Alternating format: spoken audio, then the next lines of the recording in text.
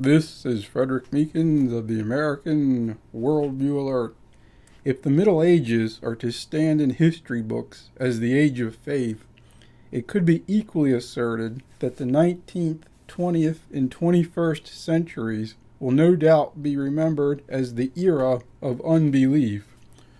Whereas unbelievers in the Middle Ages were careful in how they expressed their theological doubts for fear of befalling persecution, theists, be they Protestant, Catholic, or Orthodox Jew, have today learned selectivity in how they go about expressing challenges to the prevailing lack of belief impacting fundamental cultural institutions such as government, academia, and the scientific establishment. And like the Catholic Church of the Middle Ages, the atheistic establishment of today seeks to foster a worldview influencing all aspects of society and binds all individuals, whether they wish to be or not. Such an assertion will become more obvious in the following analysis, which identifies significant atheistic thinkers, clarifies why some choose to adhere to this particular belief system, and critiques this worldview and contrasts it with Christian monotheism. As an intellectual tradition, atheism has captured the minds of some of history's most formidable thinkers. Creation science apologist Ken Ham of Answers in Genesis has astutely pointed out that social issues and public policies rest upon a foundation of thought and belief. Keeping with this analogy, atheism proceeds from a theoretical base up through a practical program designed to influence various spheres of culture, such as politics and education, with prominent luminaries within the movement solidifying this mental edifice along the way. As stated elsewhere within these introductory comments, atheism did not suddenly appear on the doorstep of the 20th and 21st centuries fully formed, demanding things like the removal of school prayer and the enshrinement of evolution as biological dogma. Rather, like a weed strangling the other plants around it, today's culture of unbelief sprang from the soil in which it was planted.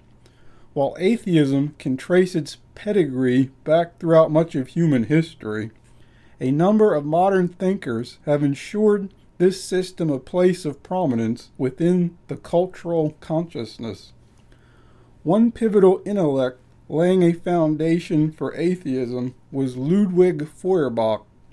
In the essence of Christianity, Feuerbach set out to undermine the claims of the supernatural by providing religious belief with a naturalistic basis, postulating that the idea of God is merely a mental projection of the goodness and nobility residing within man's own bosom. Once mankind realizes that there is no transcendent deity to rely on, Feuerbach argued, this sense of alienation could be overcome by re-embracing the notions of perfectibility once reserved for God as an integral component of human nature. Attempting to solidify these claims regarding man's position atop a materialistic universe through a veneer of science was Charles Darwin. According to the Cambridge Dictionary of Philosophy, Darwin was among the first to popularize theories of materialistic gradualism or evolution with a naturalistic mechanism, namely the process of natural selection where adaptations are accumulated in surviving organisms and passed on to succeeding generations. According to Darwin in The Origins of Species, it is through the accumulation of these adaptations in response to varying environmental conditions that biologists find the diverse plethora of organisms that inhabit the Earth today. Alistair McGrath points out intellectuals don't need God and other modern myths that, quote, the origin of species and its ensuing theory of evolution was not accepted as much for its scientific insight than for its justification of passionately believed ideological assumptions such as the free trade policies of the English Whig Party, various strands of socialism, and assorted theories regarding the perceived hierarchies of human races and ethnic groups. Standing upon thinkers such as Feuerbach and Darwin, who provided atheism with theoretical and allegedly scientific justification, were other formidable intellects pursuing the implications of a social order divorced from the influence of God. One such figure, drawing upon the fonts of atheism for such a purpose, was Karl Marx. Marx served as a kind of intellectual middleman between the theoretically inclined, such as Feuerbach and Darwin, and later activists such as Lenin and Mao, who would adapt Marx's own writings for the actual political arena. Borrowing from the materialism of Feuerbach, Marx believed that religion and the notion of God were derived by bourgeois elites in order to subjugate the proletarian masses. Borrowing from Darwin's theory of growth through conflict, Marx believed these religious notions would have to be swept away alongside with most forms of private property in order to make a way for the pending socialist utopia. Marx's call for action and summary for analysis were sounded in the Communist Manifesto. His beliefs received further exposition through the massive Das Kapital, much of which was compiled by Friedrich Engels after the death of his comrade. Another prominent 20th century thinker dedicated to the cause of atheism was Bertrand Russell. Though best remembered in academia as a foremost philosopher of mathematics, it could be argued that Russell's most widespread contribution remains as an influential proponent of applied atheism. The core of Russell's objections to Christianity can be found in his Why I Am Not a Christian, which seeks to justify his religious stance as well as highlight the ramifications of such belief as epitomized by Russell's sexual ethics sanctioning arrangements such as trial marriages and recreational promiscuity. Russell's views regarding the family were further elaborated upon in his book Marriage and Morals, a publication whose radicalism contributed to costing Russell a professorship at the City College of New York. Russell's primary intellectual motivation was a burning contempt for God and his divine order for man. This conclusion can be drawn from Russell's social views, which were an eclectic mix of totalitarian and anarchistic impulses. On the one hand, Russell supported the establishment of a world government so intrusive it would decree who would be permitted to have children. Yet Russell participated in acts of outright civil disobedience in connection with the anti-nuclear movement, thinking that the modern state had grown too powerful and destructive for mankind's own good. In most Christian investigations into atheism, it is common to highlight the affinity between contemporary socio-political leftism and religious atheism. However, the increasing popularity of intellectual iconoclast Ayn Rand proves that atheism can also serve as a temptation for those more prone to classify themselves as conservatives and libertarians. Calling her philosophy objectivism, Ayn Rand argued that the primacy of reason in the individual over all other human faculties and institutions, prompting some to characterize Star Trek's Mr. Spock as the embodiment of her worldview.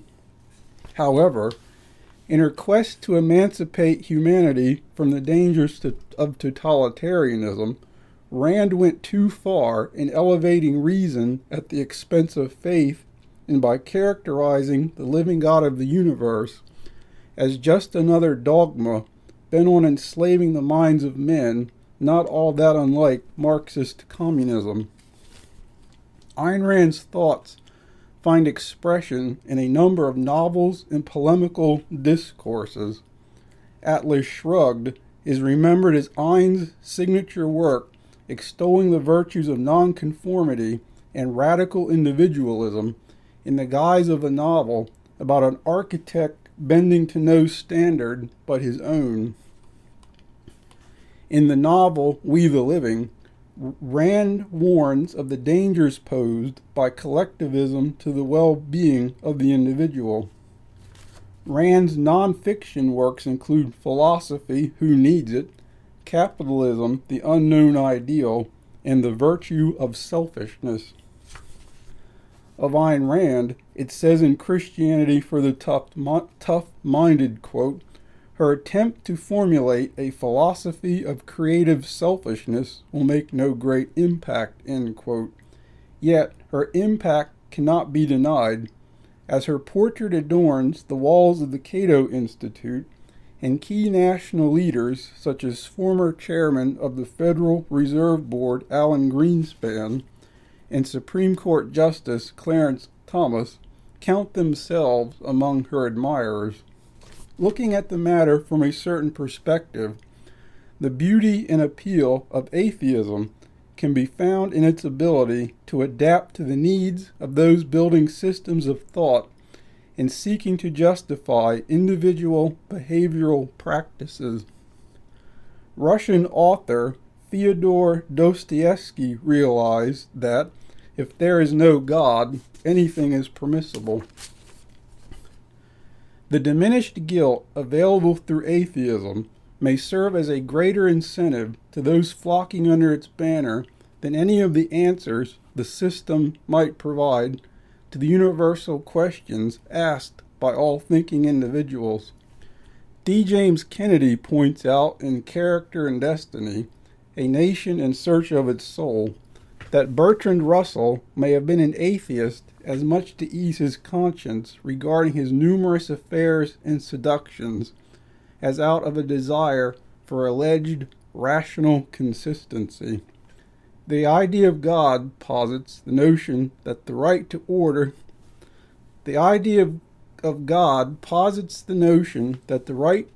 the moral structure of reality resides in a power beyond the level of the finite individual's control.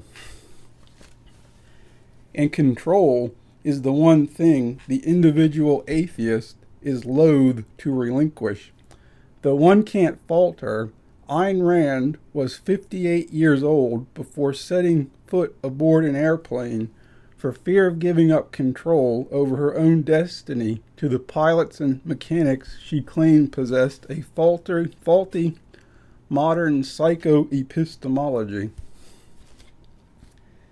Anarchist Sergei Nietzsche wrote in Catechism of a Revolutionist, quote, "The revolutionist knows only one science, the science of destruction, which does not stop at lying, robbery, betrayal and torture of friends, murder of his own family."